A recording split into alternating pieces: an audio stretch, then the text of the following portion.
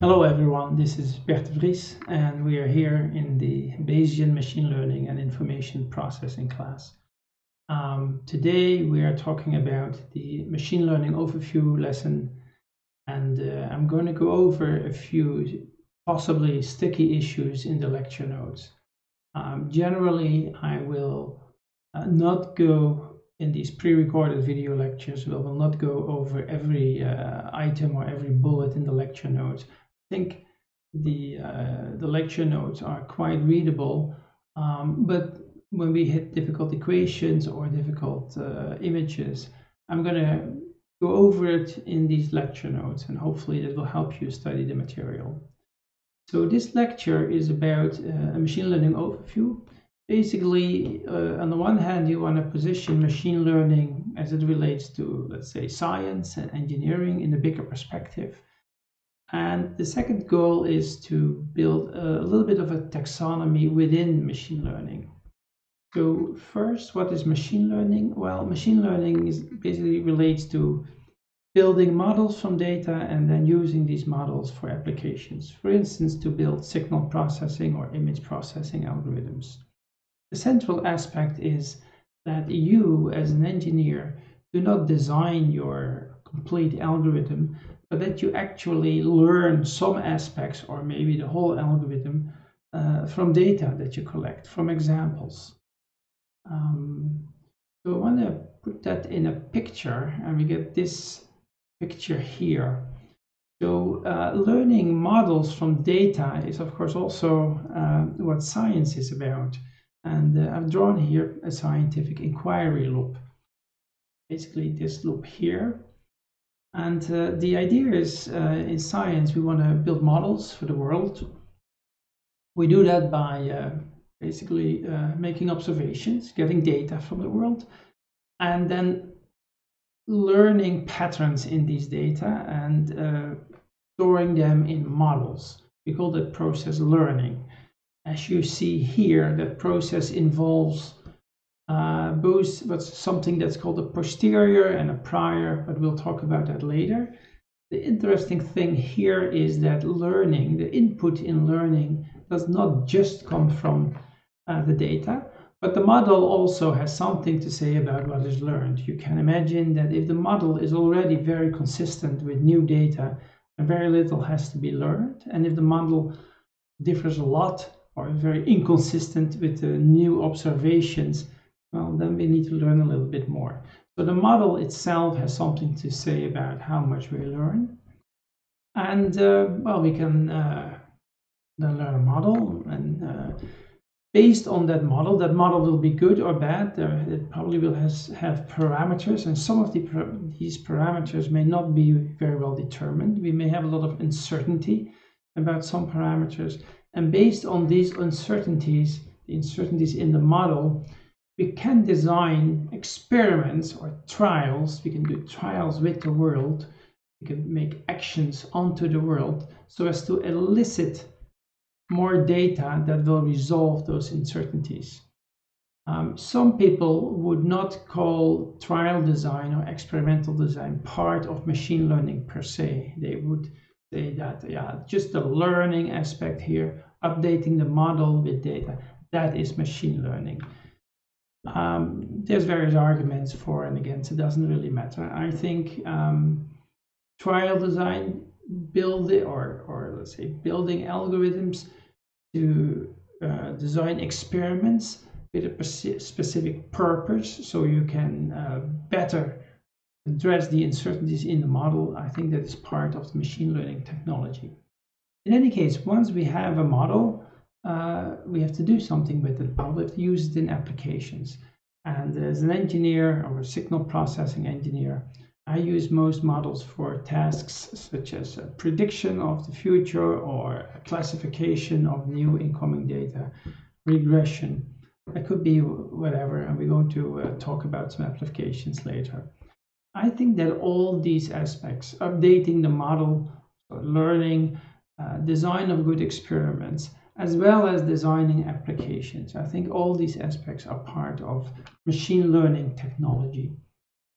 Where I make the distinction that everything that is on the left here, I would say this is the scientific and inquiry loop. This is part of science, whereas using models to build applications, more let's say engineering.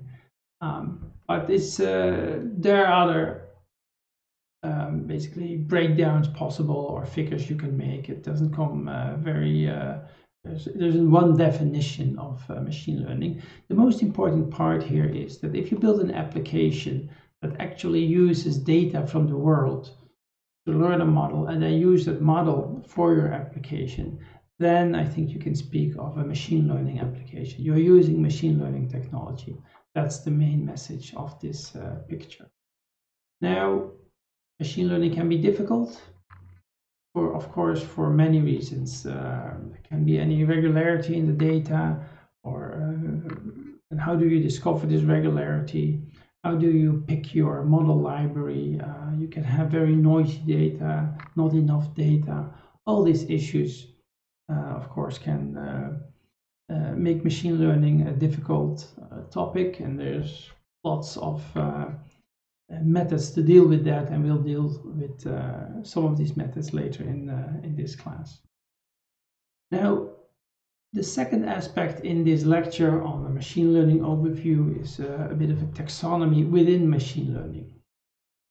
I would say there are two main types of machine learning. One is called supervised machine learning, and one is called unsupervised. Here, supervised, and the other is called unsupervised learning. Then trial design, we talked about trial design here. So you can argue whether that's part of machine learning. In this lecture, I consider it part of machine learning. And then there is, other stuff. For instance, learning how to rank is an application where, let's say you have a tournament among players that play a game, and not everybody plays everybody else. How do you make a ranking of who's the best player, the second best, and so forth? Most of the other applications can be sort of remapped onto either supervised learning or unsupervised learning. Almost all applications that require you to derive actions onto the world, let's say when you drive a car or when you have to make a move in chess, can be seen as trial design applications. So you get very far with just considering supervised learning, unsupervised learning, and trial design. And other stuff usually can be mapped onto one of those three. Under supervised learning and under unsupervised learning and under trial design, there's again lots of more specific machine learning paradigms, and I want to go through a few of them. First, let's consider supervised learning. So in supervised learning, we're given a data set. Call here the data set D, and the data set essentially consists of pairs of data, x1, y1, x2, y2, all the way until, let's say I have capital N observations, x n and y n. We call x input data, y output data. And this is an example data set. This is a set that is observed. You know all the values x1, y1, x2, y2 until xn, yn. These are all values. What your goal is to generate a machine that can produce the probability for the value of y given the observation x. Basically, how does y depend on x? That's what you want to build. You want to build this machine. Now, if y is defined on a discrete alphabet, we call this task classification. So as an example, let's say I have two-dimensional x coordinates. Here I have fruits, and on the x-axis here, or on the horizontal axis, I have the roughness of the skin of a fruit, and on the vertical axis I have the color of the skin of a fruit. And these crosses and dots and circles, those are my observations. And the goal now is, given any new observation in this plane, what is it? Is it a red one? Is it a green one? Or is it the blue one? Is it an apple, a peach, or an orange? That's really the goal of classification. Note that Y here, it can only be one of three things: 1, 2, 3, or red, blue, green. That's what makes it classification. Regression has a similar data set, also x1, y1, and so forth. But now Y is on a continuous alphabet. So in regression, here's an example. Well, the x-axis, I have the real axis. On the y-axis, I also have a real axis, and the blue dots are observations. And again, I want to create a machine that predicts the y value for a given x value. And another way people also call regression often curve fitting. Basically, you want to find what is the best curve that sort of the underlying function that generated these observations. So the regression and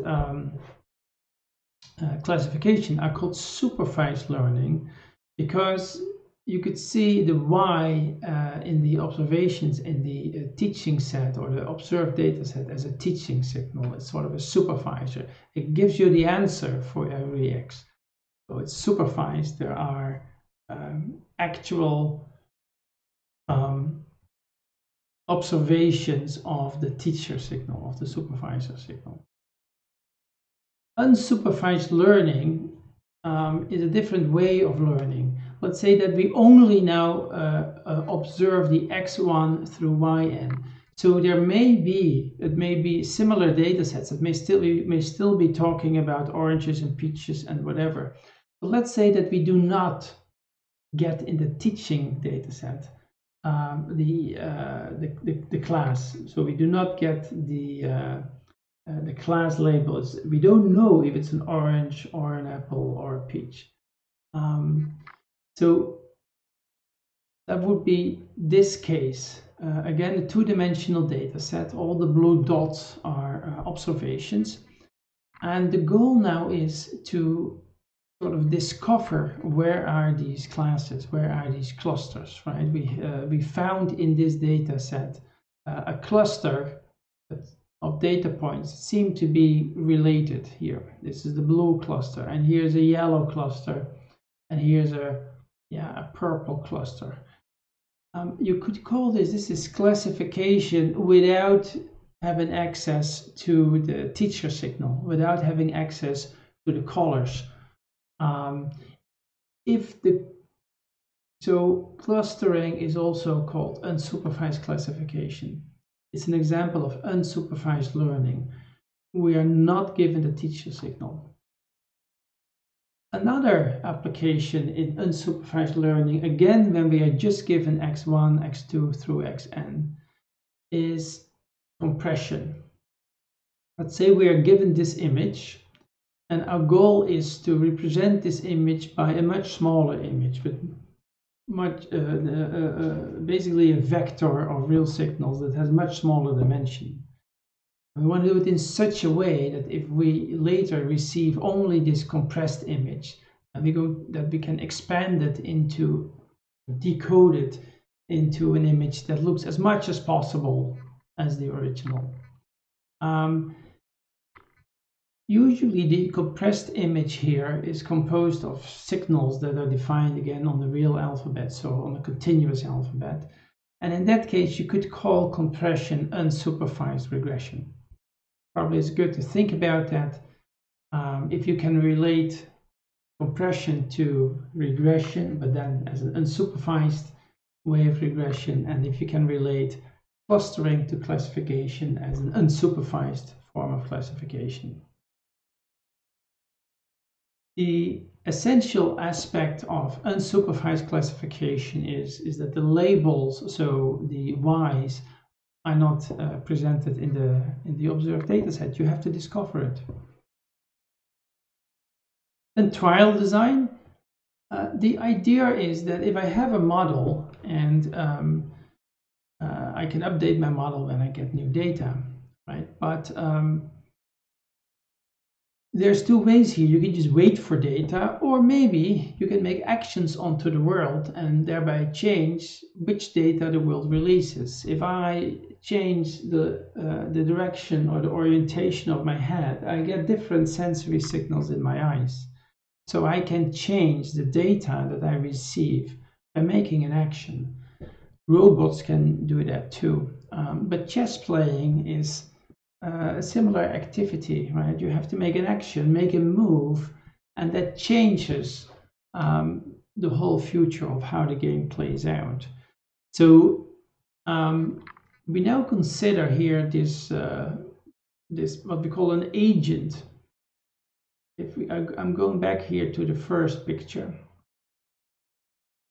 Where we said we have the world, we have a model, we want to learn this model, we have an algorithm that changes or that updates the model with data, and based on my model properties, I want to design experiments. Basically, if you consider these three boxes, so the learning box, the model box, and the trial design, if I put them together, I can call that an agent. An agent is a box that communicates with the world in two ways. It can impose actions onto the world, and it can receive sensory inputs from the world. Then it can reason about that and impose new actions, get new data, just like a human being or a robot. And there's many other examples. So this here is what we call an agent. An example would be a robot. And then what makes, of course, the ideas. So which actions should I propose if I have the robot? Well, we have to learn these actions, and we have to learn them on the basis of some criterion. And that criterion is usually based on something that you expect in the future. For instance, you say that I want to have the least amount of uncertainty in my agent in the future. Or I want to observe certain sensory inputs in the future. Which action should I take to fulfill that promise? Or if I play a game of chess, I want to win in the future.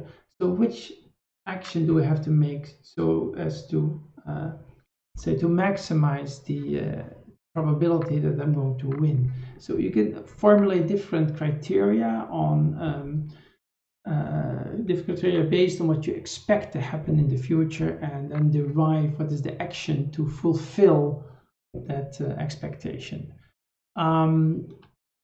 In this bigger framework, there's different, let's say, ideas. There's an idea called reinforcement learning. There's an idea called active inference.